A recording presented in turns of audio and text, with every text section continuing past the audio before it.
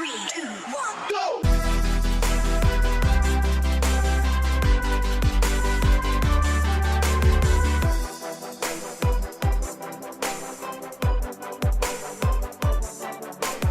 Hey everyone, welcome to another episode of my solo survival Minecraft series. My name is Coded Lima, and if you saw the last episode, you'll remember we were sorting out our villagers. And that's exactly what we're going to carry on with today, turning this empty space into, BAM! Homes for some of our villagers. I was actually planning on getting all of these, habitats? That's the wrong word. All of these villager homes done before I cut back, but I had a little problem. I realised after finishing the shepherd's area over here that this side went further than the other side. Like, the whole thing was just longer for some reason. It could have been worse, at least I noticed it early, but you can see back here where the issue was. I still haven't cleaned this up or moved the deep slate, and this wall too. I will have to at some point, but just not right now. So I'm going to show you what I've done so far and then hopefully get these finished off, but we'll see. So this is the second shepherd's area. I obviously just kind of mirrored the one on this side, but it's not an exact copy. I did try and make it subtly different. And I also had to redo the farmer's area because of my mistake, but we don't talk about that. Coded's mistakes. This one here is going to be for cartographers. They sell maps, among other things, and this structure is a scaled down imitation of one of the rooms that you find in a woodland mansion, which already kind of looks like a map room with this table. So I decided to use it. I'll put all the beds and workstations in the back here, but hopefully during the day the villagers will wander out here and it'll look cool, especially wandering past the window and looking in and just seeing the villagers all hanging out. Opposite the cartographers, we have the clerics, and this building is a replica of a Plains village church, which is where the cleric villagers quote unquote live in a naturally generated village. We've got some redstone over here because they like redstone, it's one of their trades, and I tried to incorporate items they trade or ingredients of potions. The hills are alive with the sound of music. So that's why we have some netherwort growing here. That's an ingredient in nearly every potion. Then we have carrots, melons, and sugarcane, which are also used in one way or another in potion making. In case you're wondering, golden carrots are used for night vision, glistening melons are used in potions of healing, and sugar is used in speed boost potions. The beds are all going to be in here, and then the workstations will be out here. I wasn't really sure what I was going for here, just kind of a vibe, but hopefully it works out, and once the villagers are in here hanging out, it'll look good. Which leaves us with 4 sections still to make. You can see I've made a start on this one here, which is going to be for the weaponsmiths and toolsmiths. I have a design in mind, so I think I'm just going to do a little time lapse actually.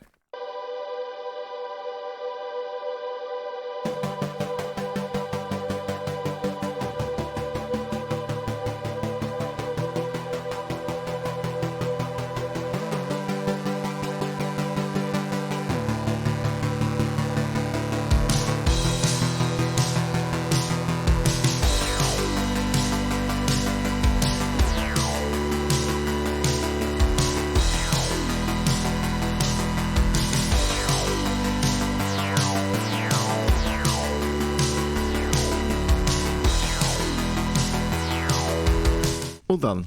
So I got inspiration for this from a YouTuber I watch called Impulse SV.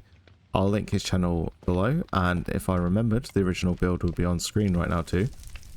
So I had to scale it down a little, and I switched out some of the block palette, but I really like the use of blast furnaces at the bottom and the cauldrons at the top. If you weren't sure, it's meant to be a forge where they would melt the metal down to form the weapons and tools, and then this water here is to cool it down. Then I put these blast furnaces over here too, again inspired by Impulse. I felt like I needed to fill this space a little, and it works quite well. So I just need to finish off these chains here. So I'm gonna have to get in the lava. So we'll just take this potion and then pop the chains. All right. Oh god, moving in lava is so slow. We need lava strider boots. I can't see what I'm doing. Okay. Alright, we'll just put ourselves out in the water. Yeah, done. Looks good. And now I'm going to try something completely new. So there's a mod which allows you to manipulate armor stands, and it comes with a little book which you use to move them, scale them, etc. There are some preset things too, which I'm going to use here. So we place armor stands in front of these tripwire hooks, and then we have to click show arms. Then we put a sword in its hand and open the book again, and we go to this page and we click tool rack, and oh, it didn't work. 1 minute. Okay, we have the target selected, so now it should definitely work. There we go. And the best thing about this is you can switch out the tools or whatever it's holding. The only downside is once you do it, you can't get rid of it. So if you do it in the wrong place, it might become a nuisance. Luckily, I've done it right, and I've done 5 of them now. So we have all these tools hanging up. If you want to know more about the armor stand magic, you should check out Zombie Cleo, another YouTuber I watch. And they are an absolute wizard at this stuff. I might try and incorporate some more of it into my videos in the future, but I really just wanted it for the tool rack feature for now. But yeah, we'll see. Anyway, time to do some more building. I've got a bunch of resources here for the builds, so I think another time lapse is in order.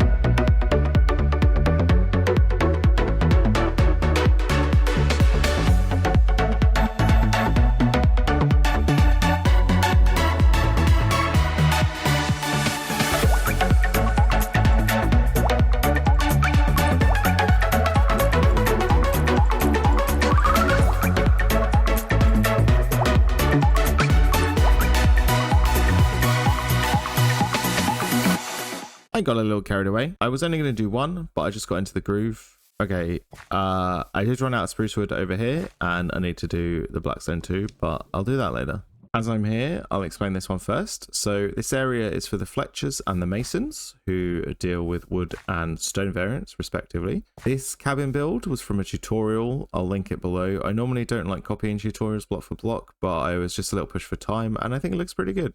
I also added these mini wood blocks here and the axes hanging up, so it looks like the little wood chopping area. I think it just gives it a bit more life and it's a little more interesting. Oh, and over here we're going to put chickens because Fletchers use feathers to make arrows. So this area is for leather workers and armorers. I'm going to put cows in here at some point for the leather, and I've got stables here for a couple horses because the leather workers trade saddles, and I figured they'd need a horse to measure the saddle on or something. For the armorers, I'm going to do a little more armor stand magic. I already did some invisible item frames, and oh, whoops, I forgot to put the lava in. Hang on, be right back. A few moments later. Okay, where was I? Ah, yes, invisible item frames and armor stands. So the invisible item frames is a feature of the armor stand book 2. It's just a command you use while looking at the item frame, and it goes invisible like that. You can break it easily again though, and then the item frame will become visible. So I've made like a mini forge here because I guess the armorer needs to melt metal too. And then I've got 4 armor stands here, and I'm going to put some armor on them and try using some of the preset poses just to give them a bit of life. So we've got the arms shown, then we go to this page and you can see there's a bunch of preset poses. So we'll try walking, nice and simple. Yeah, looks good. Okay, I'm going to pose the others.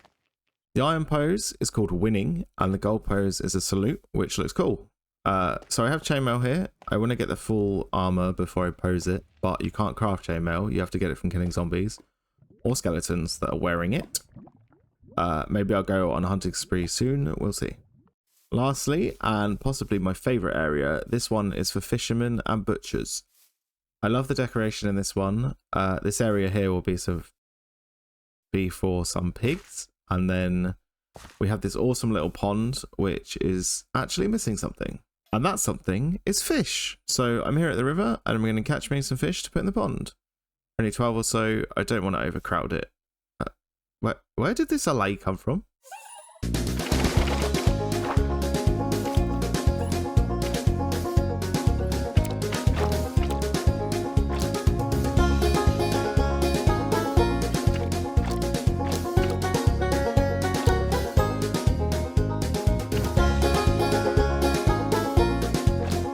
Unfortunately, unless you name tag them, the fish will despawn when you leave the area, so I've given them some names. Bubbles, Podfather, Swim Shady, you get the idea. Now all the building is done, I should get some villagers in. Except, I'm not going to. I was in this huge rush to get this world wrapped up before 1.21 came out, but now I've changed my mind. Mainly because I want to use the new blocks in my builds, which means I can just slow down and relax, and I don't have to try and get an absolute buttload of stuff done each episode. I also upgraded to 1.20.4 because of a server I play on and wanting my mods on there, forgetting that they changed the villagers. So now when I zombify and kill the villagers, I can only do it once, but in a way that saves me a lot of time anyway.